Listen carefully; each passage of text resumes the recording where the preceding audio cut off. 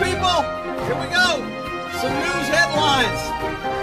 Let's go. Hey, gun people. Some more updates, more information. And man, I hate saying it. Well, maybe I don't hate it a whole bunch. I feel bad saying that I was right again. At the very front, I said there's no way 19 cops did not have long guns and shields.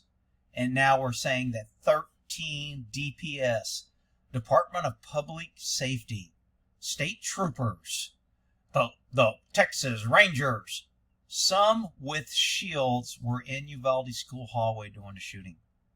So, I mean, this is just more cowardness that they stood down. Now, they are saying they're disappointed. Troopers from the Department of Public Safety with ballistic shields waited in the hallway while the gunman was locked inside the two adjoining rooms.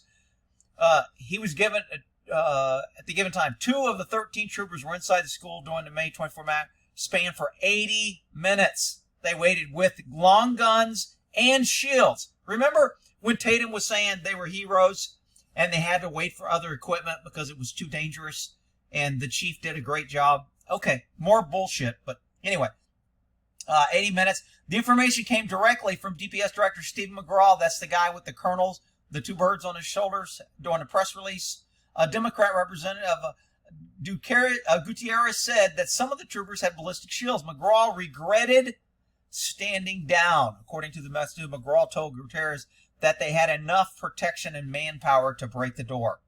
So they could have went in. So now, more information. Not only could they have gotten to the door wasn't blocked. Not only did they have long guns, they had shields, and they had 19 cops. And yet they still waited while kids were getting slaughtered. Meanwhile, the big news is we have to get those guns from good people and those big magazines, because that's the big scary part. And we need red flag laws, because that will protect you, not government failure and cowardness. Absolutely. It's unclear why DPS didn't take over command of the shooting. So it sounds like they didn't take command. They let the freaking coward Arredondo in 3 weeks had come under fire. He's not coming under fire. He's elected to city council. He's now, which I'm about to show you a letter, he is on the city council now, and he's telling county council, or actually not county council, they have hired with taxpayer money, probably money from the dead parents, from the parents with dead kids, to hire an attorney to protect them and to not release freaking information. Absolutely outrageous. Let's see. He waited by himself, dispatched cell phone, SWAT team, snipers, extradition tool. Yeah, okay. Eradication, whatever. Arredondo assumed someone took control. Yeah, see, he's blaming points. 77 minutes. Border Patrol entered.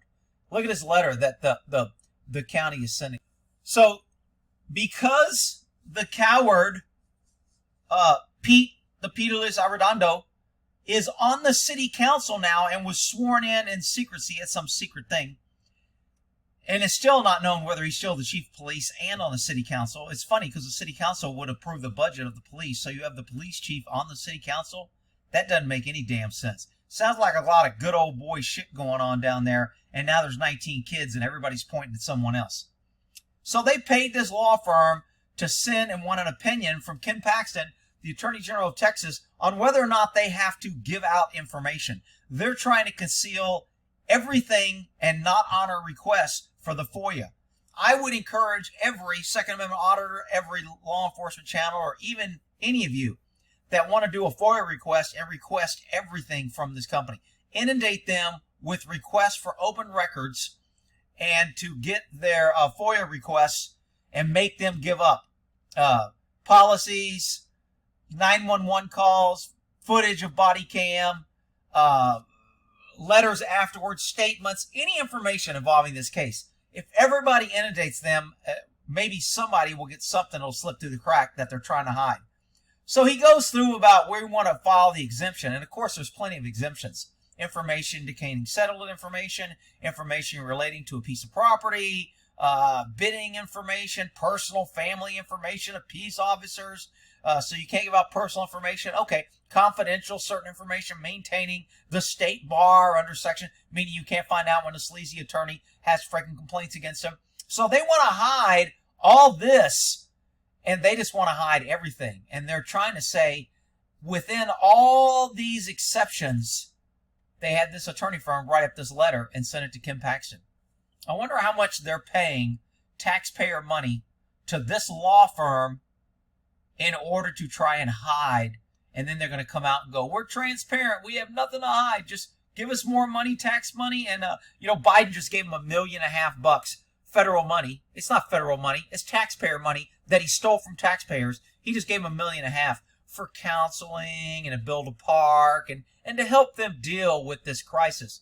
So government stands outside, waits while 19 kids are killed, and then they throw a little money and want you to build a park. Yeah, okay. I think it's a really good idea that you idiots in Uvalde give up your guns and depend on your law enforcement to protect you. And that's for anybody in the entire country. So they're talking about more and more daily information coming out. I mean, CNN did a real quick little piece here on information about, hang on. It's a short clip that gives us some insight into what happened as that shooting was unfolding. It is unclear at what point during the shooting that video was recorded. Jim, Poppy? This really doesn't tell me much of anything, but... Are you in there? Oh my God! Where? A kid got shot? They shot a kid? Okay, so this was information... They shot a kid? Because I know all my conspiracy people... Who's they? There was multiple shooters. The government was shooting them. Okay. They're saying they shot a kid. This is somehow, I don't know why this is coming over one of the Border Patrol's radios.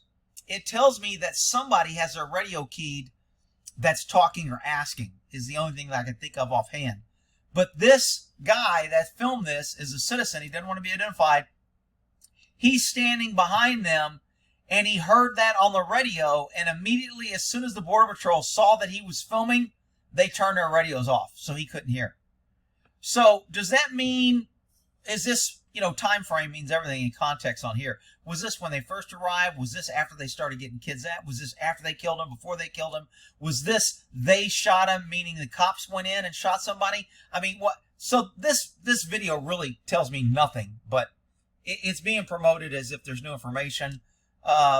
This place did a couple little drafts here on on how the guy went in. He went in this door, and then he went in these classrooms and killed the kids. 2 cops followed him in. 3 minutes later, they're saying he crashed a truck near the school. He shot his grandmother here, shot at the funeral home, walked to the unlocked door. 2 cops arrived afterwards. He walked into the classroom, said it's time to die, and started shooting. And then 4 members of the elite Border Patrol team. Actually, when I start hearing elite, tactical units, SWAT, I'm just like, whatever. I mean, everybody's an elite.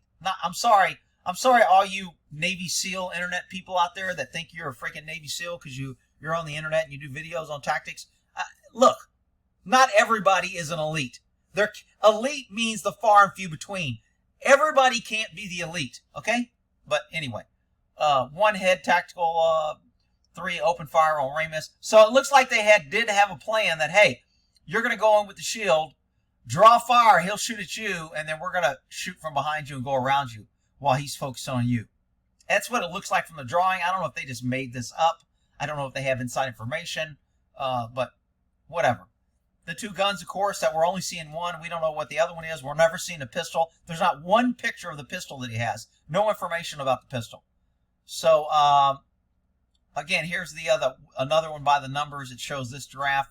If you just Google Daily Mail and Uvalde, it'll come up. So, and then at the end they showed all the kids that were killed and gave a little information about them. But I want people to think every time they see these kids, this is what government does when you depend on government to protect you. This is what happens when you give your kids to a government school that says they'll be safe. This is what happens. This is what happens when you believe the lies that all cops are heroes and they will always rush in and save you and your children. This is what happens. This is what happens when you give up your guns to government and you expect them to protect you and your family. And when they don't, they throw a little money at you. That's what I want people to remember when we're looking at this information that's coming out and all this. Not to detract from all these kids who are victims. They didn't do anything wrong. I'm not saying anything on that. It's easy to get tied into the emotion of the poor kid instead of the results that made the poor kid dead. That's what's important. Okay? All right. We'll end that there.